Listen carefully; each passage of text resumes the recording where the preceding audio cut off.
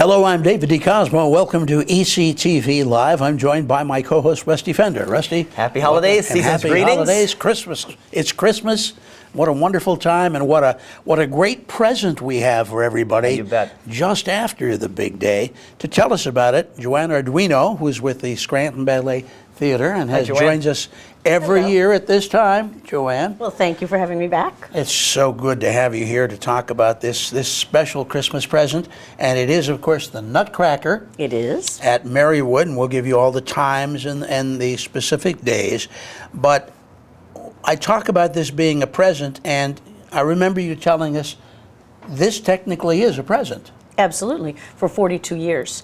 42 years, we've given the gift of the Nutcracker to the city of Scranton and the surrounding communities, and completely free of charge. And it dates back to our founder, Constance Reynolds.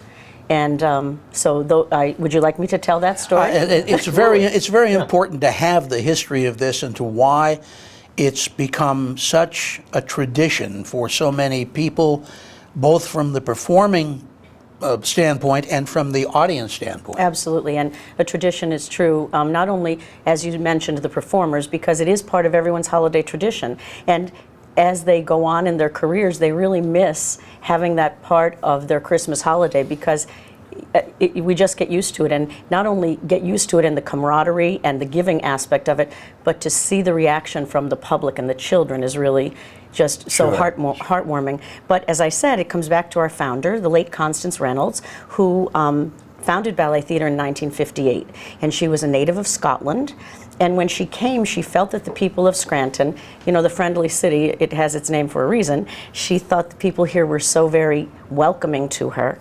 So she wanted to give back. And so when she had cultivated enough good dancers, because she started, as I said, in 58, and it took a while to cultivate dancers because she was one of the first, she was a pioneer here in Scranton. So once she got the dancers to a caliber and she had enough dancers, she decided she wanted to give something back. And of course, for her, her gift would be dance, because that's what her love was.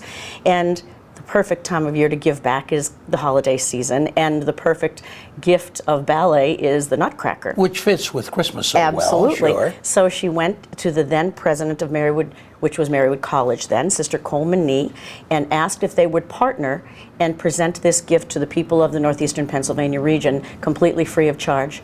And it has been difficult through the years because the production has grown tremendously, but it is really important for us to keep it as a gift. So we have really, with some sponsors and some many media sponsors and many in-kind donations, we have been able to keep it as a gift to the community. As Dave mentioned too, it exemplifies the classics. It's been used in movie shorts, as far back even as Laurel and Hardy when they did the March of the Wooden Soldiers and did Tchaikovsky, things back then. And on all the commercials, you hear the music. That's right. You can instantly name the music from that one. You may not know where it's from, but that is undeniably etched in your brain. It is probably the most recognizable music classically, no doubt, by the general population. Sure. Now, the performances are always offered just after Christmas, which is kind of neat too, because everything builds up to the big day of Christmas. There's so much hustle and bustle. And then there's almost a little bit of a letdown right afterwards, and yet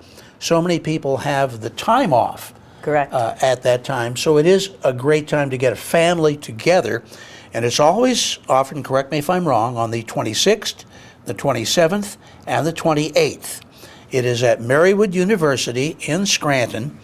And although the tickets are absolutely free, Joanne, there is a system that you use, which is a practical system for seating, etc. So perhaps you can explain that. Surely. Over the years, we have tried many different ways to try to keep the public happy, because there are many years that they had to just wait in line, and that can be very frustrating because you'd wait in line and then you couldn't get into the theater because it was full, and if it was bad weather. So the system we have come up with over the past 5 years, which has seemed to work very well for us, is you can come to the performance 2 hours prior to the theater, I should say, 2 hours prior to the specific performance, get your tickets, go out to lunch, do whatever you want, and come back and have reserved seats there for you. That's a really good idea, because a lot of folks who do this weeks in advance don't follow through, Absolutely. and that ties up all the empty seats It because does. these people Yes, 2 weeks in yes. advance and say, no, It's I true. can't make it. So if you're there 2 hours ahead of time, you're coming 2 hours Absolutely. later, chances are. That's correct. And in addition to the 3 days on which the Nutcracker is performed, there are various performances as well. Yes, we have a 2 p.m. and a 7:30 p.m. performance each of those days. Plus, we have, as we discussed a little earlier, we have educational performances. We do those prior to Christmas, and we bring in about 2,000 school children. We do 2 performances. And the nice thing about that is not only do they see the performance, but during intermission, when usually the audience would get up and stretch their legs, go and get some air, whatever, we open the curtain and we allow the students to see what happens behind the scenes. That's While fascinating. Yes. that the general audience wouldn't see. And they ask questions to the technicians. We bring in designers from New York City who donate their time. They ask questions of the dancers. So the children are very excited to see the Yes. performance. How has it grown from those first days to the current presentations? I almost can't compare. And you know, the intent of it is the same. It doesn't matter how much money was spent on the production, because in the hearts of who perform it, it has the same intent since the first day. But the first day was interesting. Mrs. Reynolds, of course, was the artistic director. I was in the first performance, I should tell you. But one of the focal points of Act 1 is the growing Christmas tree. Now, our Christmas tree grows from 10, and I'm not very good with the numbers, but I'm going to estimate. It grows from maybe 10 to 20 feet on the stage before the audience's eyes. It's a mechanical tree. But when it first was performed, we didn't have the funding for the Christmas tree. So there was a table on the stage with a small tree, a small tabletop tree on it. And Mrs. Reynolds went out to the audience prior to the curtain, and in her wonderful Scottish brogue, and she really had a very magical quality about her. And she told the audience that they had to be part of the experience. And when the lights flashed, and that the Godfather, who's the magician, Drosselmeyer, waved his arms, they should all imagine the tree growing through the roof. So. From 1975, it's a long run, 40, It is. 42. Do you ever think of anything that might possibly, in the way distant future, replace this in any way? Or does this have the legs to go virtually forever? Hopefully it has the legs to Really? go forever. Yeah, that's wonderful. But, you know, as I said, financially it's a difficulty, but people have stepped up. So hopefully in the future that will still That's good. continue. Good. And it's almost hard to believe that anyone watching may not know the story, but it is a fascinating story, and there are people that are not familiar at all with ballet that perhaps don't, and it is basically, it's a dream story. Young girl who falls into sleep and has this imaginative dream that is portrayed by the dancers behind her. And it's also, and I know I ask it all the time, but we have to feel the audience changes. And Rusty and I go through this with a number of venues. Jazz, I know, is one of them. Absolutely. Where I always bring up the point that, you know, I'm a guy, I have a family, and I'm out working all the time, and now they want me to go see a ballet. You know, I want me to see somebody dancing on their toes. And, you know, I'm not really inclined to run off to that. Now, I personally have gone and seen it, so I can recommend it to you. But what do you say to people of that mind? Well, hopefully they're open-minded. That you should broaden it. is what Absolutely. you should say. And that, you know, they want to do something with their children. And it is our responsibility to expose the children to the culture, the arts and culture of our nation. So many other nations, it's part of their fiber. And male dancers in other nations are looked up to as the most superior athletes. And I'm hoping that that's starting to happen here in the United States, because it's true, male dancers here, and female dancers, but they're really superior athletes. Many football teams have sent their dancers, like Lynn Swann, I don't know Absolutely. if the audience Yeah, remembers Lynn I know Swann. this. Oh, sure, But yeah. he took ballet class and lifted ballerinas, Sure. and for, many of them. for balance and poise Absolutely. and absolutely. Yeah, coordination. Well, now, let me ask you a question similar to one that I asked. We had a gentleman on here from Marywood who was with the music department, and they were putting on a whole series of concerts for Christmas. And I posed the question to him, saying, these are college students in that case, and you're not going to see professionals on Broadway. So people that are coming are going to rightfully ask, how good are the people we're going to see? Well, that's a really good question. The dancers in our production range in age from 8 to 60. However, some of the more experienced dancers, and we're going to meet them shortly, it's wonderful to see that we have the talent in our region. And they may get their start here. We have many dancers who have gone on. Right now we have a dancer who was the Sugar Plum Fairy, who is the creative director of the Radio City Rockettes. Wow. We have one of the men who was in our performance, who was a cavalier, is in the Radio City Spectacular. We have some other performers that have done national tours of both Music Man, Phantom of the Opera, Chorus Line, West Side Story. So you're seeing them get their start. This is a theatrically equivalent of becoming a Navy SEAL. Yeah, absolutely, right. Absolutely. Doesn't get any higher than the Radio City Music Hall. No, Yeah. top notch. Well, as you just indicated, we just happen to have a couple of the performers with us today. So, Joanne, perhaps you can introduce them, and Surely. and perhaps they can tell us a little bit about what they're going to be doing. Today I brought with me two of our lead dancers, Keegan Lance, who is the Cavalier, and Selena Knowlton, who is the Sugar Plum Fairy. Aha. Now, both of them have trained with us for many years, and this past year they both got full-time studies at the Rock School for Dance Education in Philadelphia. So Keegan, who is a high school senior, and Selena, who is a high school junior, are now living permanently in Philadelphia and studying year-round there my word. in Well, dance. that's great. And it was a big honor and accomplishment for them both to be accepted Sure. there. Let's hand this microphone over, and perhaps you can tell us about how you got started with the production. I assume that you've kind of grown through the years in this part? Yeah, so my first year at Ballet Theater, I couldn't be in the Nutcracker. It's for everyone. So I watched it, and in the program afterwards, I highlighted all the roles that I wanted to do. And I'm happy to say that I have done 2 of them. So, yeah. What were they? It was Clara and Sugar Plum. And there's no doubt this is your career aspiration, of course, to be professional at this, correct? Yeah. Yeah, absolutely. And she good is the luck. Sugar Plum Fairy Yes. for the first year. For the first it's her year. first time dancing the role of Sugar Plum Fairy this year. That's wonderful. And again, that's one of the prime rules Absolutely. in the production. What is it like in terms of rehearsals to get ready for the performances? I mean, this is not something you start a week before the show. No, we actually started in August, starting to learn the pas and then running it and then throwing in the variations. Now, let me just, for people who are not familiar with pas and variations, a pas de deux is the famous piece that is a dance for 2, which is usually the lead couple, and then the variations are the solo pieces that they dance. Within the yes. performance, right? Yes. I see. So but it's quite a challenge for you, and you must be pretty proud to have come this far. Yeah. And how did you happen to get involved with the Philadelphia aspect of? I went to their summer dance intensive 2 years ago, and then I went again this year for longer, and I just loved it a lot. Did you take part in high school activities as well, plays, to get to this point of being a junior? No, nothing. This was the first. She was broke very right in. focused on dance. That's great. Wow. Ballet Broke right was into her it love. cold turkey. That's wonderful. Yeah, that's quite impressive.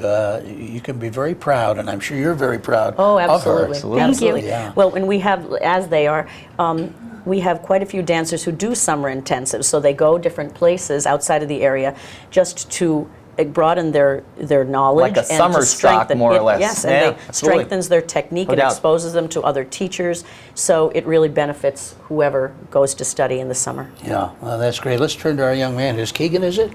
Yes. Keegan, welcome.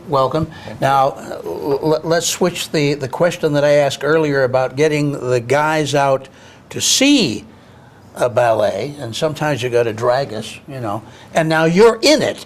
So what prompted your involvement? How did you get excited about dance? Well, my sisters actually danced when I was younger, and we actually came to see Ballet Theater of Scranton's Nutcracker one year, and just sitting there watching the ballet, I knew that's what I wanted to do. Wow. Yes, And it's got to be quite challenging for you. very challenging. And how did you get involved in the Philadelphia classes as well? Well, I also went to the summer intensive this last year, and I was also offered a position in their school, and it was just an opportunity I couldn't pass up. Are you also looking to make this a career? Absolutely, yes. And you know what really helps along is that the pop culture, as of the 70s on, is rife for this. Saturday Night Fever, Grease, Footloose. I mean, this Now Dancing really, with the Stars. Absolutely. I mean, this heightens anyone's dream that's and a good ambition. point. It really is. Yeah. You know, when you see it in the movie, you see it and you know, at home on home video and DVD. This makes you want to do this, regardless of being primarily a female. You know, back in the 20s Sure, and 30s. sure. This really heightens your interest factor, I would think. Sure. So the opportunities probably are more now than they have been for a long time. Definitely, yes. Now, as far as the rehearsals that I ask about, you've been working on this for a long time, and I've got to assume well, now that you're in Philly, when you were with Strictly Scranton Ballet, you're putting on other performances beside Nutcracker, yes? Yeah, we don't, I mean, some of the soloists, they start rehearsing early, but I don't audition Nutcracker for the general group of dancers till the first week of October. We don't begin rehearsals until the end of October, and they only rehearse once a week from the end of October till about Thanksgiving. That's kind of tight. Yeah, they're not chosen down to the end of the wire then in this deal, Well, huh? Is thankfully there a we have reason for that? dancers that can learn very quickly. Oh. And you know, it's sort of, we have a system now, it sort of runs like clockwork because we've done it for so many years. In the spring, we do usually a new ballet that we haven't done, whether it be a classic that's been restaged for us or a new contemporary ballet, and we take longer to do that because it's something new to us. But the things are in place with Nutcracker, so we know the choreography, we know what the scenery is That's like. a good point. The template's already here for this one. It is, it is. Yeah, and how do you pick the other performances that you're doing? Well, we look at the dancers that we have, and you cast according to what their strengths are and who you know can handle a lead role, and because it's a stressful responsibility to handle a lead role. Now, Keegan, you're a high school senior, so how many years have you done anything with Nutcracker? With Nutcracker, this will be my 8th year, I believe. Oh, wow. Yes. And how did you begin? I started off with playing Claire's little brother, Fritz, and a Chinese dancer, actually. Okay. Now, that's an interesting thing because you do, and you've said this before, that your students evolve. Correct. They come up through the ranks, and I assume that each year between Nutcracker and the regular classes, that obviously their ability is growing. Yes. Each and every year. Yes. But you've got to be able to have costumes for various sizes. Where do you get the little kids from? They're from our school. They're also. actually members. Yes, they are. Well, and you have if you're in that, 8 years, and you were a little bit shorter when you got started. So, the casting, do they actually try out each year for Absolutely. particular roles? Yes, they audition, not for particular roles. Well, I shouldn't say that. They audition for specific groups. The younger people are usually in group pieces that are the roles that require less technical ability. Okay. And there's a hierarchy of it. Now, being that the genre, the format, the conception of this predates public domain by eons. Right. Any type of licensing and royalties involved with this to anyone? No, because you're right, it predates. See, that's what I was going to say, Yes. because you don't know, because they're trying to get things started now, 60 years after the death of composers, now went to 75 years. Yeah. Next year is going to 90 years after the death, where it's licensing and royalties still Yeah, count. But we this still predates. do have music licensing. That's, of course. For public performance. Sure. Because we use recorded music. As much as I would love to say we have an orchestra, because Sure. many of the big companies have orchestras, but the cost is just too prohibitive. Yeah, and I was wondering about that, because a lot of folks don't realize that everybody gets a cut of that, from writing to, Right. as far back as it is. From, And another point that should be made, because you you kind of touched on it here, was with when you bring the students in before the regular public performances, you open those curtains up to let them have a look. Now, a couple years back, Mark McGlory, the director of our program here, and I were able to come on stage with you and do some interviews there and everything. And it is absolutely unbelievable the amount of work that goes on behind the scenes. These folks are the stars. They get a lot of the attention, and rightfully so, with their talent. But there's a lot of stars that are backstage as well.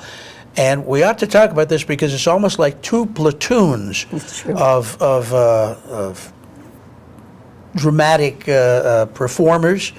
How many on stage? On stage, there's about 130. Oh, my word. Wow, that's a cast. It is a cast. Yeah, I mean, this is a big production. This is don't think this is going to a neighborhood theater to see some folks that got together 2 weeks ago. This is a major performance, and because they use recorded music, Correct. you pointed out, it's absolutely the best you can get. So, yes, it would be nice to have an orchestra, but on the other hand, you've got top-notch Yes. music coming through. Yes. How many people behind the scenes? Oh, there have to be 75.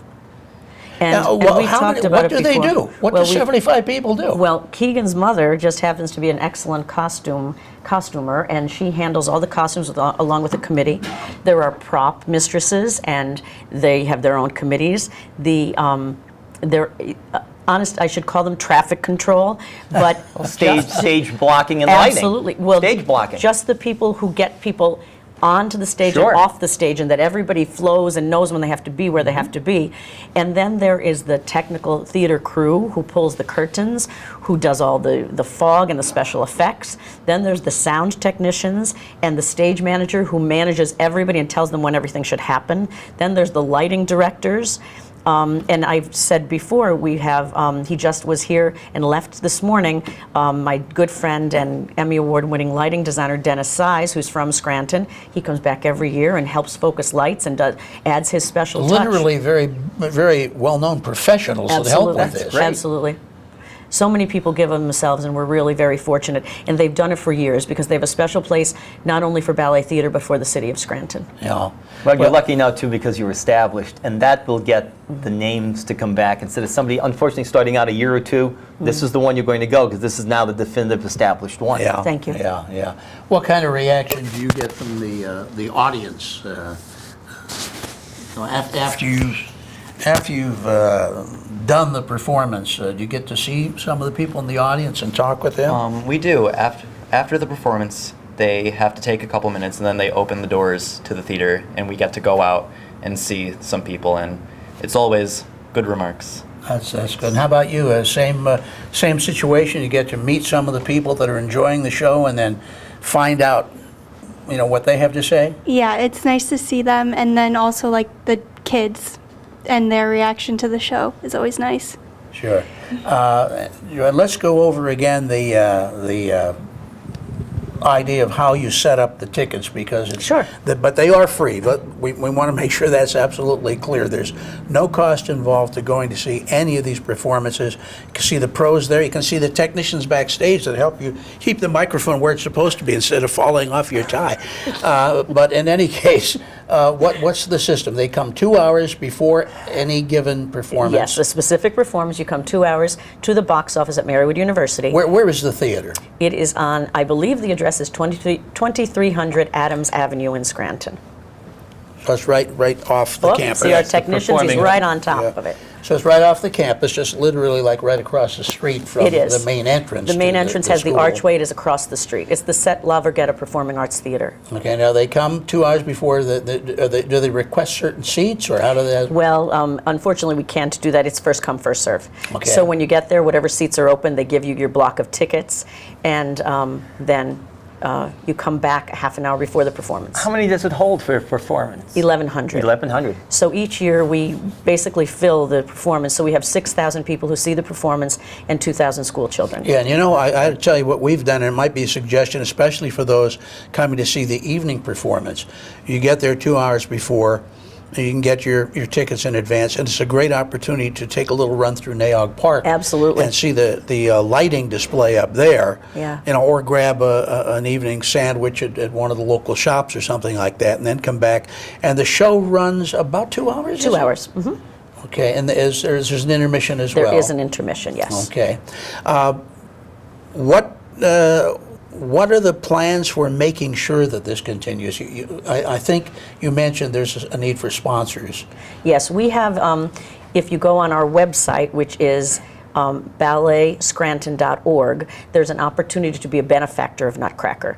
And if you're a benefactor, you get to donate money, and it doesn't have to be a lot of money, but for certain amounts you get reserved seat tickets, so you don't have to wait in line, you don't have to come in early, they're held for you, and you're supporting something that's been given to the city for a long time. Costuming is great. I'm glad I wore lavender today. This was just coincidental. I know.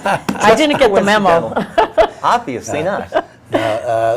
You've both, our performers, look wonderful, and I'm sure that you're really set for this. And I'm so impressed that you're carrying on and going much further, because right now the audience is going to have an opportunity to see some young people that they may wind up seeing on Broadway one day, not in the not too distant future. Or in a major ballet company, who knows? Major- Yeah, well, absolutely. Break a they're- leg, both of you. Yeah, absolutely. Have a wonderful show, as you always do. Thank you for coming Thank back. you both Thanks, for Joanne. inviting us. Just a wonderful time. The Nutcracker at Marywood. It's always run on the 26th, 27th, and 28th of December. And again, you can get your tickets free of charge and enjoy the show. Merry Christmas to all. Merry Christmas. So And glad. all the best in 2018. Absolutely. Absolutely. And so, Rusty Fender, thank I'll you see you so next much year. for all your work Yes, during absolutely. Likewise. this year here. It's been a Mark blast. McGlory, Thanks, Mark. talk about behind the scenes. We have the best right here that sets up this show, as well as many of the other programs that you see right here on Electric City Television. So Merry Christmas to you. I'm David DeCosmo for ECTV Live. Until we see you again next week, here's hoping all your news is good.